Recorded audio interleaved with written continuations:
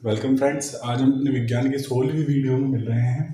पहले बच्चों, आज हम पढ़ते हैं मानव नर जनन तंत्र। इम्पोर्टेंट टॉपिक है, पेपर में आया हुआ भी है। अच्छा देखो, नर जनन तंत्र जो होता है उसको प्राथमिक व द्वितीयक दो अंगों में विभेदित किया गया है। प्राथमिक व द्वितीयक दो अंगों में विभेदित किया गया है। पहला आता है प्राथमिक लैंगिक अंग और दूसरा आता है द्वितीयक लैंगिक अंग। ये अंग, प्राथमिक के बारे में बात करते हैं, ये अंग लैंगिक क्रियाओं के फलस्वरूप युग्मक बनाते हैं। क्या बनाते हैं? युग्मक बनाते हैं। युग्मक क्या होता है? युग्मक एक जोड़ा होता है, नर व मादा कोशिकाओं का जोड़ा होता है, जिसमें नर का तो शुक्राणु होता है, वह मादा में जो होता है अंडाणु होता है। अंडाणु व शुक्राणु का जब मिलन होता है तो उसे निषेचन कहते हैं। उसके फलस्वरूप युग्मक बनता है और युग्मक के फलस्वरूप आगे जाके भ्रूण का निर्माण होता है। इस भाग में वृषण होता है। क्या होता है? वृषण। वृषण जो होता है वो कौन किसका पार्ट्स होता है? वो प्राथमिक लैंगिक अंग का भाग होता है। इस भाग में ये जो वृषण होते हैं ये शुक्राणुओं का निर्माण करते हैं और जो ये शुक्राणु होते हैं यही आगे जाके संतति का निर्माण करते हैं। ठीक है, शुक्राणु का निर्माण करते हैं, वृषण कोश में रहते हैं। वृषण कोश में रहने का एक कारण भी है।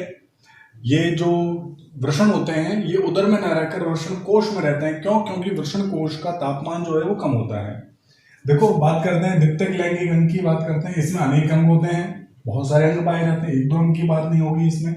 जैसे सबसे पहले आता है वृषण कोश। अभी मैंने इसकी बात की थी। हमारे पास जो वृषण कोश होते हैं उसमें वृषण कोश के अंदर वृषण पाए जाते हैं। वृषण जो होते हैं शुक्राणु का निर्माण करते हैं। शुक्राणु के निर्माण में जो तापमान होता है उस कम तापमान की आवश्यकता होती है।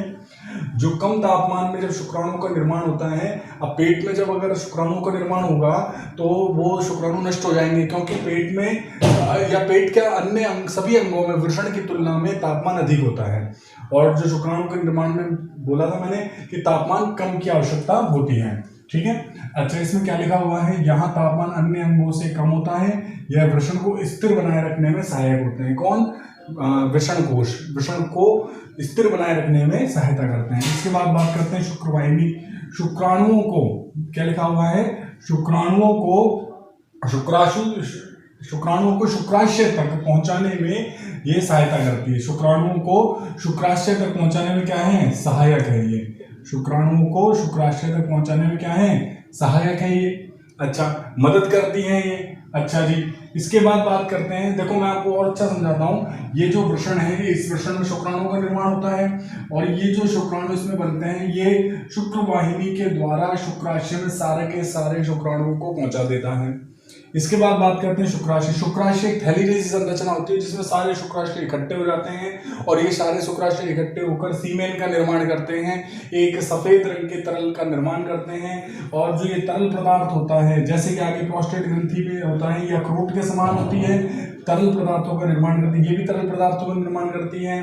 ये जो तरल पदार्थ होता है हल्का सा क्षारीय होता है और जो ये सीमेन जो निर्मित हुआ है उसको आगे की ओर गति करवाती है। इसमें शुक्राणुओं की गति को निश्चित करती है ये।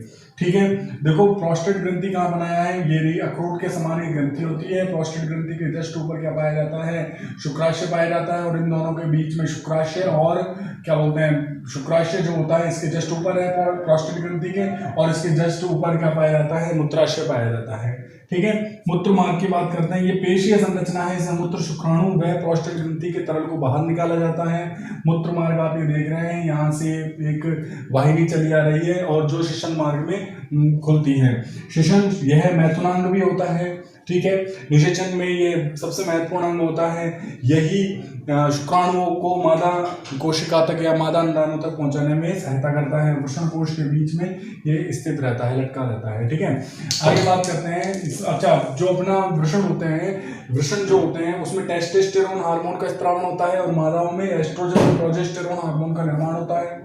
ठीक है फ्रेंड्स, आज मैंने आपको, देखो, चित्र आपको जरूर बनाना है। मैं आपसे बार बार इस बात की रिक्वेस्ट कर रहा हूँ कि चित्र जरूर आएगा पेपर में। इस पार्ट में से एक चित्र निश्चित बनता है। पेपर में यह भी आया हुआ है 2018-19 में। अच्छा, फिर से मैं बता रहा हूँ, जो मेल होता है, जो नर होता है, वो टेस्टोस्टेरोन बनाता है, और जो फीमेल होती है वो एस्ट्रोजन और प्रोजेस्टेरोन हार्मोन का निर्माण करती है। आज का होमवर्क क्या है, सबसे पहले नर जनन तंत्र का चित्र बनाइए और मुझे जरूर बताइए प्रोस्टेट ग्रंथि का क्या कार्य है। प्रोस्टेट ग्रंथि अखरोट के समान होती है, ये एक तरल पदार्थ का निर्माण करती है। यह शुक्राणु के क्षारीय माध्यम का निर्माण करती है, जिससे शुक्राणु जो होते हैं उनका जीवन काल भी बढ़ जाता है।